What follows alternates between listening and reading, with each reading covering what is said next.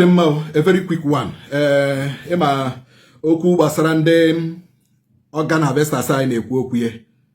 Ihe apụziala na organ harvesters, ndị awụ ritualists.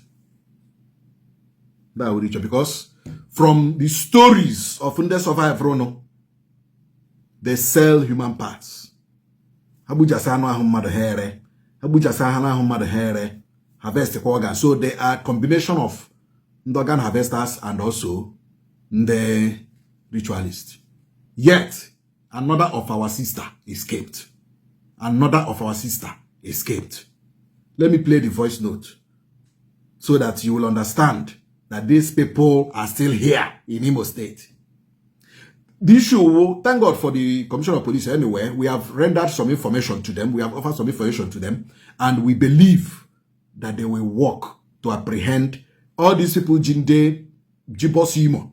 Akpọrọ ndị mmadụ na-aga n'ime ọhịa ebe ha na-egbukwashi mmadụ ishi egbukwashi mmadụ aka, you know, na-ere anụ ahụ mmadụ. Igakwa ebe ahụ ahịa na-azụ. Ịga ebe ahụ na-egbukwashi ndị mmadụ na-ere ndị mmadụ ahịa na-azụ. People are buying parts, human parts. People are buying human parts. Our sister escaped. Chineke mere ebere.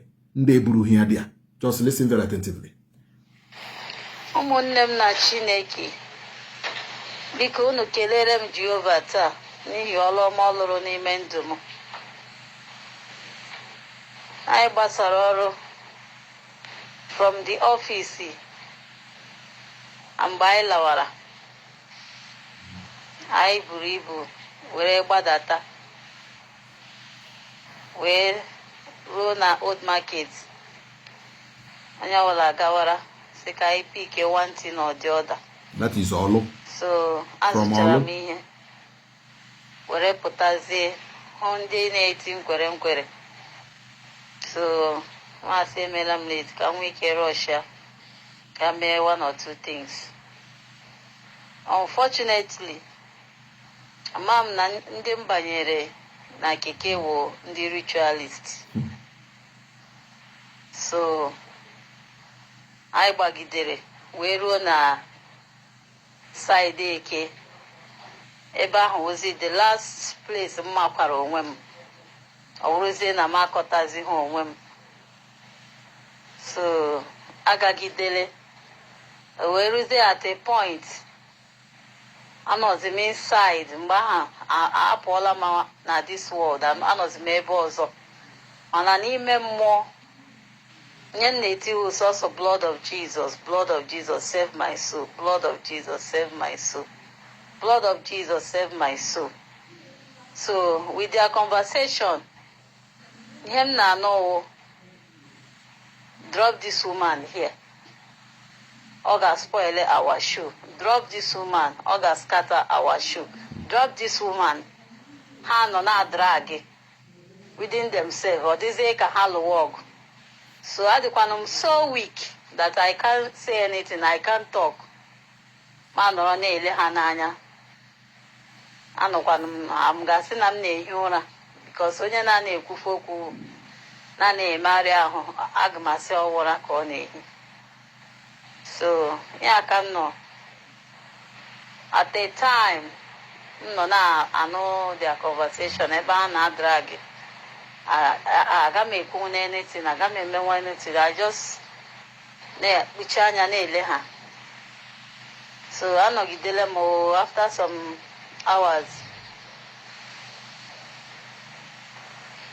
Odize kata promaka na ho. But before I tap on my can, I feel in pain.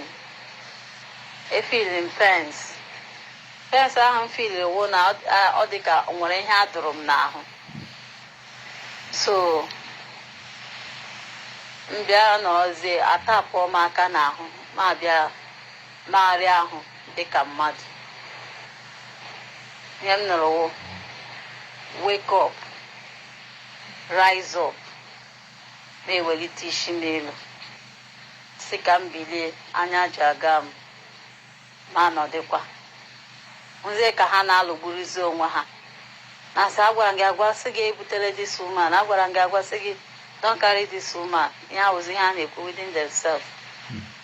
So baa ka ha jizi kwapụ m nọzi m bịa ozie na amara akụ ka m nwetaziri onwe m ana ha ebe ha chọkwa na ịga ama m Calabar ka ọ Rivers State ama m their destination, but with their conversation actually a very big far place and all for ritual. So ihe a na-asị m ihe akwụgewu blood ya ọmachi ihe a chọrọ ime blood ya mba this woman ga-etinye anyị na nsogbu, this woman ga-etinye anyị na nsogbu, a were kwapụzie m ihe ndị m zụrụ sef akwafuchicha. Behold, o nwekwa ndị nọ around that place mgbe ha mere sị ka ha ghọta ihe na-eme dị keke manụ na ndị ọkwọ edrovola out. So ha kpọrọzie m dowe m one shop ebe ahụ ka m nọzi nọ for some minutes bịa nwetata onwe m. They didn't touch my phone, two of my phone ha were ha ego m jikwe n'akpa m jiri zụfọ ihe ego anọkwa intact nwee nke ha were.